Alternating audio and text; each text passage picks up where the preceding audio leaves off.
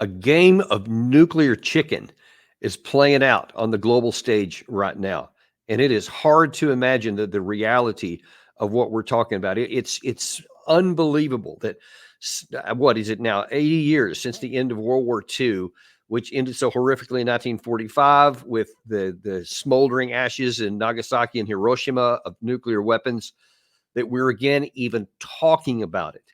And this is not a situation, folks, to where something may accidentally go wrong or some miscalculation somewhere could out of nowhere cause this potential nuclear escalation. This is stuff that right now people are cold, calculated, thinking actively about, playing out the pros and the cons.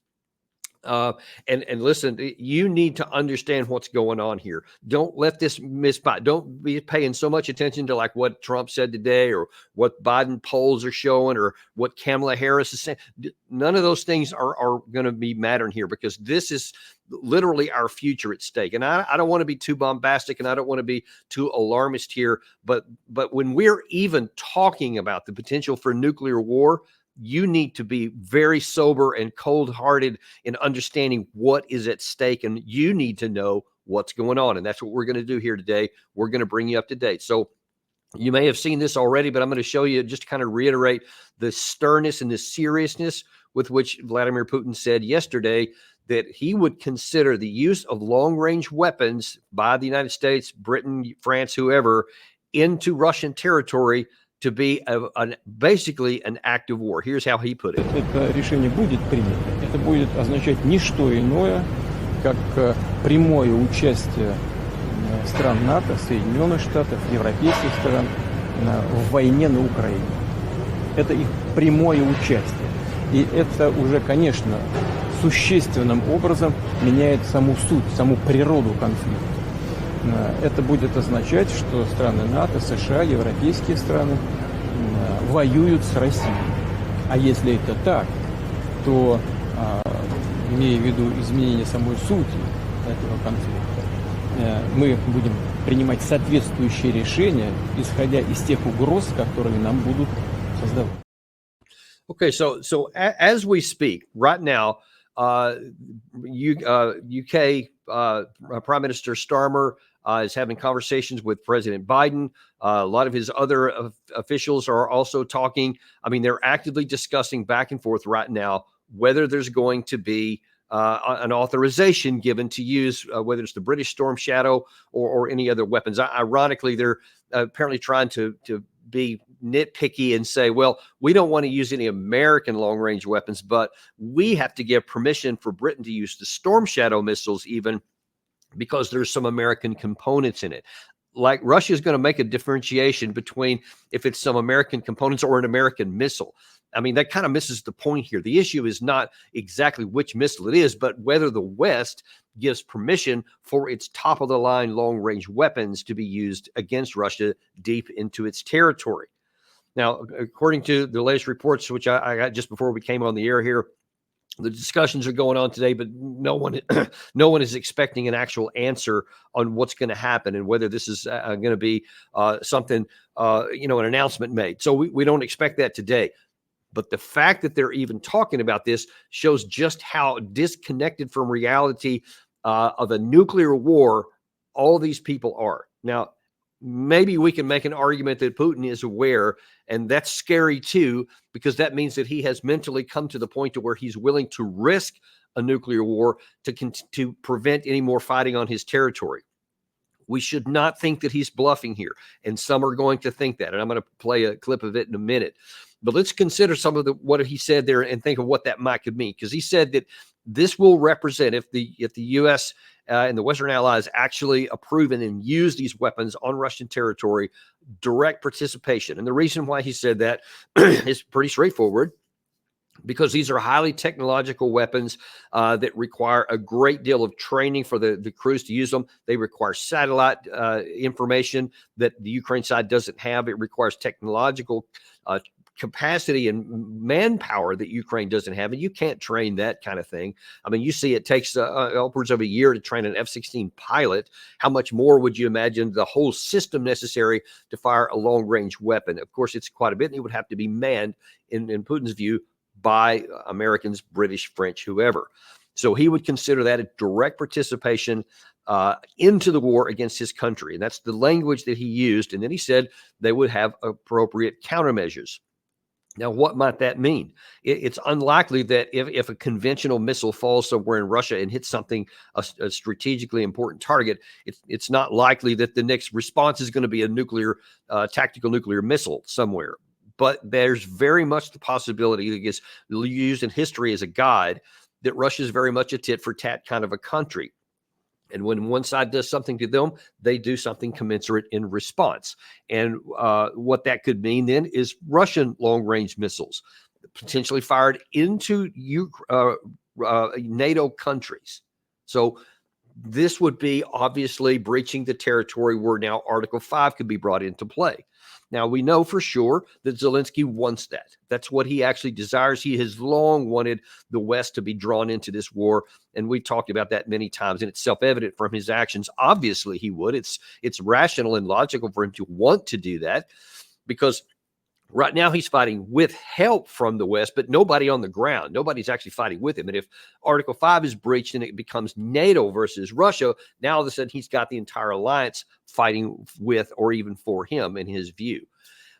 So it's understandable he wants it, but we're supposed to be looking at this from the Western side. And would we want Russian ballistic missiles and some of these Iskanders, perhaps, or some of the other weapons and missiles they have for which no air defense is going to work, some of the hypersonic missiles, striking military targets in the UK, in France, in Poland, in Bulgaria, in Romania, perhaps, any number of countries, frankly, where especially where Western military kit is being managed and warehoused, for example. There's been lots of potential for that in Poland.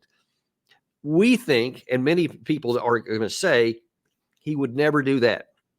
Putin is not about to expand the war by striking into a NATO country that has Article 5 guarantees. That's what NATO collective security means. That's what the whole purpose of having NATO, because it would prevent this kind of thing. The problem is that the West has this mentality that that's like a secret shield, super shield, like something they had on Star Trek or something. Can't penetrate it. So I don't even have to worry about it. Because Poland's foreign minister says I know that Putin won't do that. Well, I'm not sure that that's a safe bet. In fact, I would say it's a very risky gambling bet that Putin wouldn't do it, because based on all the things that have already happened, I think that based on his comments there, and again, Putin never says anything off the cuff or ad lib. He is very calculated in what he says. And you can bet that on the day before the British and the U.S. leaders meet to talk about this long range, that he made that comment the day before to make very clear that he is serious about this. And look, many people thought he was posturing in 2022, that he wasn't going to actually invade the country. But he had been signaling long before that he would. Very clear signals, all of which were ignored, and then he acted on it. Do not think that that same thing won't happen here, though it seems some do. And in fact, here is Jack Keane just hours ago was asked about what the significance of Putin's comments were yesterday. Here's what his rhetoric has been pretty consistent for 2 years. He's been threatening escalation, but it has never happened. When we provided one more advanced weapon after another, and this time when we moved restrictions, nothing has happened consequentially as a result of it. Putin's got his hands full here. You know, he's got the Ukrainian military inside his territory, and he's making some progress with his major counteroffensive, but it's not making the kind of exploitation progress he wanted to take significant amount of territory back. So there are real issues for him on his side as well. And now, for the first time ever, he's waving the flag that he may be willing to talk. We'll see if that becomes a reality or not. He's waving the flag that he wants to talk all of a sudden. Has he not been paying any attention at all? Putin has been saying since before the war started that he would like a negotiated settlement, which would have prevented war from even starting. And then since the war started, he's at various points said again that he's willing to negotiate it, put offers on the table. And of course, in Istanbul in 2022, and then most recently in June of this year. So he keeps saying this. There's nothing unusual about that. And by the way, when his most recent offers, have been even more draconian than the ones from June, which is you give up everything, all the 4 territories that we have, completely abandon those. And then a demilitarization and a denazification, meaning that the entire Zelensky regime has to go, which of course is not going to happen. But that just shows you when his so-called waving the flag, he's basically saying surrender. That's what that is. You need to understand what he's saying there. And the second part that Keene was talking about, that Putin has his hands full. He's referring to the incursion into the Kursk area and into the also in the entire Eastern Front. I'm going to show you some of what's actually going on right there. And I'm not sure that it's Putin whose hands are full. But the other thing that I really wanted to highlight from what he said is the whole first part of his comments there was that, well, we did this stuff early. We gave the tanks, we gave the air defense systems, we gave even the Patriot systems in the F-16s, and nothing happened. So Putin didn't do it before. So he's not going to do it now. He wasn't happy about any of those things, and we were afraid of escalation. Never happened. Ergo, it never will. So again, you have this mentality that there's like this protective heat shield over NATO because of Article 5 that he won't ever do it. I know he won't. So let's continue to do that. Now, that's one thing for a TV commentator and a former general like Jack Keane, but that same mentality is dangerously even in the administration at the highest levels. As last week, just days before Putin made his comment, you had CIA Director Burns say this. None of us should take lightly the risks of escalation. There was a moment in the fall of 2022 when I think there was a genuine risk of, the potential use of tactical nuclear weapons. I have never thought, however, and this is the view of my agency, that we should be unnecessarily intimidated by that. Putin's a bully. He's going to continue to saber rattle from time to time. Yeah, so don't worry about it. He's just going to saber rattle. He's just a bully. And you know how bullies are. As soon as you stand up to them, they'll back right down. That's how it works in movies, folks. It ain't how it works in real life. And don't think of Putin as a bully. You can hate him. You can dislike him. Got it. That's fair game. But what you can't do is underestimate him. What you can't do is treat him like a movie caricature that if you just stand up to him, he's a bully and throw some names at him, that somehow that's going to affect his actions. He is a nationalist. He is somebody that's going to defend and protect his country. And when his country has been physically invaded in the south, in the Kursk area, that's something he's handling. And as I've told you, that was not of strategic importance. And Russia contained it right away within days. And now then they're in the process of reducing that incursion. But if it had been a serious incursion where they were literally at risk of driving into the country and maybe taking a major city, I promise you there would have been a very different response, because Putin is very calculating and he's not going to want to test NATO. He's not going to want to spawn a war with NATO if he can avoid it. But if this escalation happens, it's going to show that there's no limit to what NATO can do. And there's not even a limit that potentially, if nothing happens with the use of long-range weapons against strategically significant targets for Russia, then you can't say that anymore that the West won't actually bring troops in someday. That's probably what's motivating the mind of Vladimir Putin right now. So we have put him into a position to where it's nuclear chicken. Do we risk firing long-range weapons into Russia? And would Putin risk potentially getting into a nuclear confrontation with NATO? That's where we are right now. And of course, I mentioned a minute ago that Zelensky wants to draw the West in. He'd like nothing more. Well, he's trying to put a little flame on that fire right now because with Starmer and Biden meeting just a few minutes ago, actually, this was reported on The Independent that Zelensky vents his anger at the long-range missile delay as Putin, quotes, burns down our cities. Now, I'm going to show you in a minute part of what he's talking about right there, and there certainly is some truth to that. But, folks, we can't let Zelensky drive any trains here. Let's just be blunt. This issue is between Russia and Ukraine. It's always been about Russia and Ukraine, and it's still about Russia and Ukraine, and it should stay there. And it should stay something between the two that gets knocked out. Western Europe and the United States have never been threatened by Russia in all of this war here. The only reason now then the target set is potentially going to expand into the West is because we keep pushing the buttons of the Russian side to see, do they really mean it? Now, just think for a minute, just rationally, what sense does it make to say, I wonder if Putin really does have a red line? I wonder if he really would fire long-range weapons of his own into Western cities, possibly even at American targets, for example. We can't even rule that out. We also can't rule out that it could be somewhere else, like in the Middle East. America has all kinds of troops out there, and we know that Russia has been sending lots of equipment and other things to Iran. They could have been sending their own weapons and missiles in there that they could use against American targets, which would be utterly defenseless against anything, the higher level stuff that the Russians have. All of our defenses, that's most of these outposts in Iraq and Syria and Jordan, are for tactical, rockets only, or mortar systems. They are definitely not to stop high caliber weapons that the Russians have. We would be completely helpless if that happens. Why do we want to find out if Putin would actually do that? It's almost as though somebody says, I actually want a war with Russia. Just a little one, something that we can contain, something that's going to hurt them because the Ukraine's not doing enough. They're losing too many people. I don't know. That's speculation, of course. I concede that fully. But when you look at the actions, it is irrational. It is irrational for the leaders of Western countries to even contemplate firing weapons into Russia that they themselves would never tolerate. I just imagine.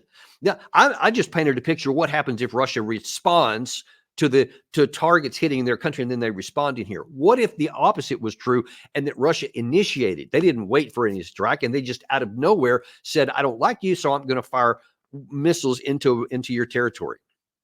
What would anyone do? Would we say, you know what? We've been providing a lot of weapons to his enemies. They've been killing Russian troops with our stuff. Fair game. Okay, I get it. We'll back down. Are you going to do that? You think anybody in the West is going to do that? I mean, it's absurd. It's a rhetorical question of the highest order. Of course we wouldn't. Everybody'd be screaming to go to war the next day in the West, especially the United States. But that's what we're actually suggesting that Putin do. We're suggesting that we provide our weapons to strike on Russian territory, strategically important, and we think he's going to back down because that's what bullies do. They back down when you push them. No, he's going to escalate. The chances are very high. I won't say guaranteed because I'm not the trigger puller over there. I'm not the decision maker, and he's got his own set of calculations, and they would be very, very severe because it would almost certainly invite an expansion of the war, and then there would be a direct engagement, and you would have the possibility of nuclear weapons, which would be potentially catastrophic for the Russian side. So he won't make this decision easy or his target selection easy, but it appears that he is willing to pull that trigger. And that's what we have to pay attention to. And we should be telling our leaders, what the hell are you doing? Stop today. This needs to be a hard no. If Biden comes out and after talking with Starmer and he said, nope, it's a hard no. You're going to have to fight with what you got. Then I'll say, okay, great. I'm not even going to say anything about, who blinked or whatever, or who backed down. That's not even important. That's a great moment of relief it will be for our side. And I'll be the first one to cheer that on. And I encourage you to send this video, for example, to tag it into anybody, all these news articles you see, especially on Twitter or Telegram or some of these other places. Send this out because this is what's at stake. So I hope that they make the right decision. The decision that's good for the entire humanity, certainly for our side. The war in Ukraine, it's been over for a long time. They're just playing it out. It's basically a dead man walking. There is no path under any circumstances that Russia is going to lose the war and that Ukraine can win. There's no possibility of that. The only question is, how much are you going to lose first? How much are you going to sacrifice before you finally stop the bleeding? Because we could have had it, as I've said many times over, with various opportunities to end, and we haven't taken any of them. And so Ukraine continues to bleed territory and personnel. And that'll continue until somebody finally wakes up and makes the hard call to do the right thing. But we'll see how that works out here. But this is the situation we're in right now, where you have Zelensky pressuring Biden and Starmer, where you have those two actually considering about it, and you have Russia on the other hand saying, don't do it, because we're going to take serious countermeasures this time. And then you have the FBI director and Keene and all kinds of other people. Lindsey Graham, certainly in this case category as well. They're saying, he ain't going to do it. Don't worry about it. Take the gamble. Take the risk of nuclear security. Take the risk that American cities, that European cities could potentially be under a mushroom cloud. It's beyond absurd that anyone in a position of authority would even toy with that. They need to go back and watch those documentaries of what actually happened to Nagasaki, to what happened to Hiroshima, and in the decade or so after that. They need to put that right up front in their face. Look at a lot of these videos, some of which we've had on with Professor Ted Postel of MIT, to show what a modern nuclear weapon would do. What would it do if they sent some of their underwater ones into the New York harbor, or if they fired any of these missiles from any of these other locations they have, whether submarines or intercontinental ballistic missiles from their bombing fleet, could come all over the place, or the long-range missiles, even in Europe. Tactical nuclear weapons alone are bigger than the Hiroshima and Nagasaki's. This needs to be front and center. And as soon as you do that, any rational person would say, okay, we ain't going there. There's no point in it. There's no value in it. There's nothing to gain. And there is everything to lose. Let's hope saner heads prevail. Now, I mentioned a minute ago that Zelensky's talking about his cities burning.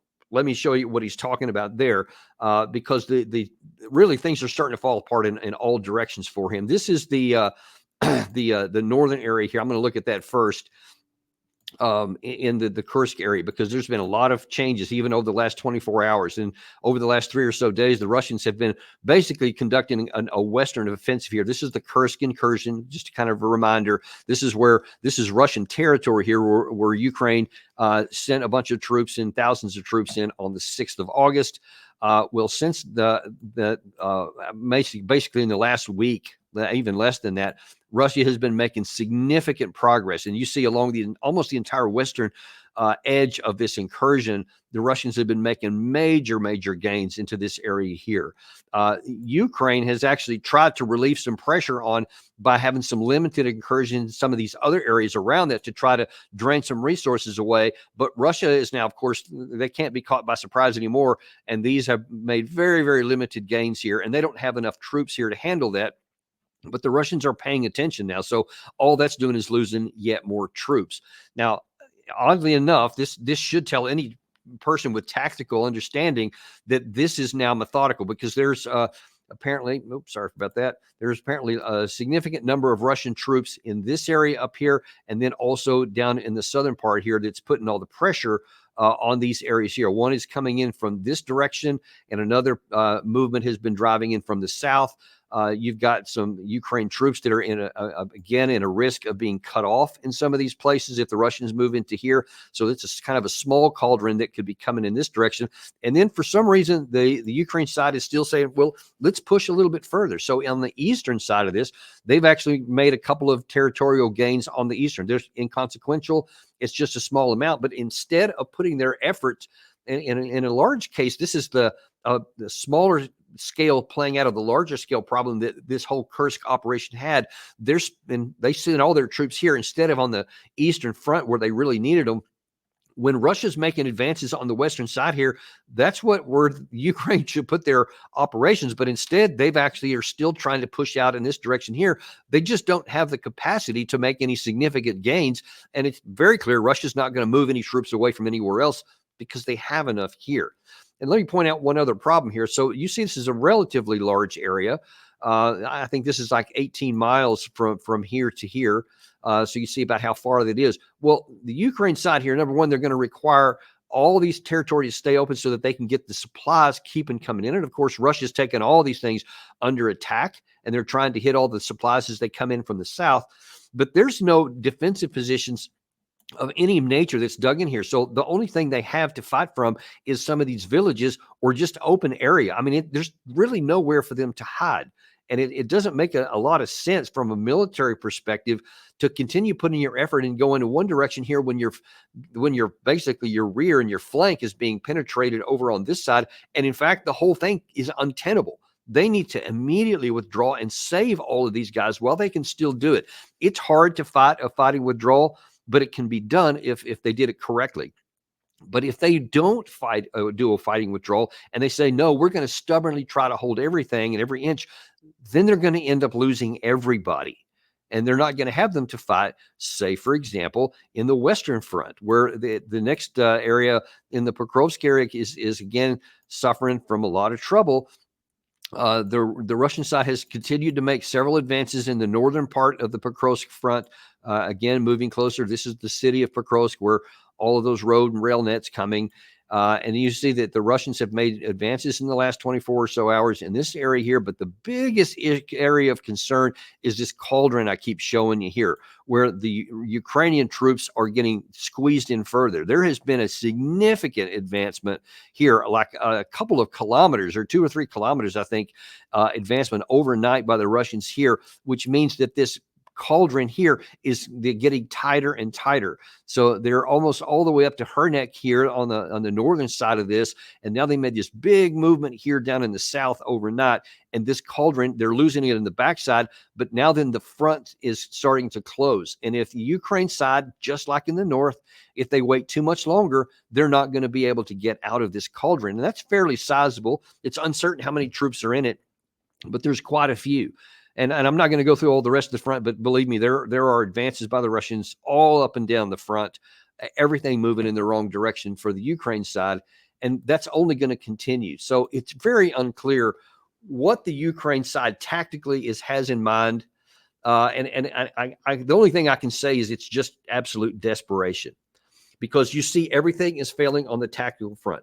There is no promise by anybody. There's no pipeline of, like, say, for example, hundreds of armored vehicles coming in from the West, stuff that they're already trained on coming in. There's none. There's little handfuls here and there. I saw, I guess 10 days or so ago, the Germans have offered to send another batch of Leopard 1s. And in case you don't know, that's the old stuff that pulled out of mothballs that the Germans don't even use of their own. I mean, they don't even use some of the older models of the Leopard 2s, and now they're giving them Leopard 1s. So that means that you're getting more old stuff and more stuff that might not even be mechanically sound. And the armor, of course, is going to be weaker. So it's not going to do them a whole lot of good anyway, but there's not much of it. So, of course, they would take anything they can get right now. But here's the thing, folks. Tactically, it's an unwinnable situation. You see that they have 2 relatively large pockets that are at risk of being cut off in the north and in the west, and the east, I'm sorry. And Russia continues to move to the west. We know that they have a large number of troops. And in fact, I want to show you a different map here of what the bigger concern may be for the Ukraine side, in addition to whether or not the fronts that you see all along that we just showed you here in some detail here, but what may be coming next. Because up in this area here, you see some of these icons here. This is, by the way, here's the border between Belarus and Ukraine. This is Belarus right here. And these are in specific here, but apparently there's a large number of Russian soldiers in the Kursk Oblast, of course, and Bryansk has a number. Apparently there's tens of thousands, scores of thousands of Russians in the Ukraine, I'm sorry, in Belarus itself. Belarusian troops, many of them are massing down the border. They've upgraded with a lot of the anti-drone capabilities, so they actually look like they're ready to fight. We don't know for sure they are, but by all accounts, by the Ukrainian intelligence support, there's somewhere around 250,000 Russian troops in this whole arc around here, which could go into action at any time. And with these lines being as brittle as they are, and I mean, just look at it, just from even just a general understanding. If Ukraine can't support this group here, and it's now starting to shrink, if they can't stop what's moving down here in the west, and by the way, there's also a very large number of Russian troops down here in the south, if you suddenly put big pressure out of nowhere on it, these brittle lines could absolutely break somewhere. And it's unclear what Russia's intent is and what Putin's intent is, but what you see his actions on the ground are, he is methodically just cutting this place to the ground. He is burning up the Ukraine armed forces. Their focus is on the destruction of the Ukraine armed forces. When Russia says that they want the demilitarization of Ukraine, that's what they mean, the destruction of their armed forces. Territory matters, and that's something that will come later. But their primary objective is not just to take territory, but to destroy the Ukrainian ability to defend itself. And by all independent measures, they're succeeding in doing that. In given time, even if the Russians don't have this big arrow movement, as they call it, That's going to eventually happen. But if they do bring these heavy forces in large numbers in ways that the Ukraine side is not prepared for, things could get bad really, really quickly. So then it makes even less sense to talk about escalating this up the strategic ladder and playing a game of nuclear chicken with Russia by introducing a long-range weapons which will have no impact on the tactical fight. It won't change any of the things in the areas where I'm talking about there. I mean, you'd have to have a strategic bombing campaign lasting months that's composed of large numbers of these long-range weapons, even if Putin never did escalate. And it still wouldn't be effective. It still wouldn't stop him from doing what he's going to do. And by the way, we don't have that many missiles. We don't have enough to sustain a long-term strategic bombing campaign where it would actually have a chance to interdict the Russian ability to fight on the front line. It would take months and months and months and thousands of missiles, which we don't have. But it's not clear that thousands would be able to be fired because Russia may be willing to escalate this.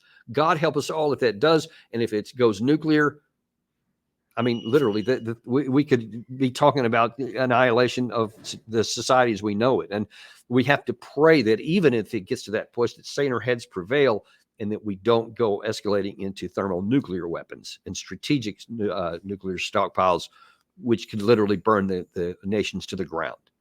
It is that serious, folks. It doesn't need to be. We can end this war quickly. We can end this threat to our own security, and we do not need to play nuclear chicken with Russia. That's what you need to know.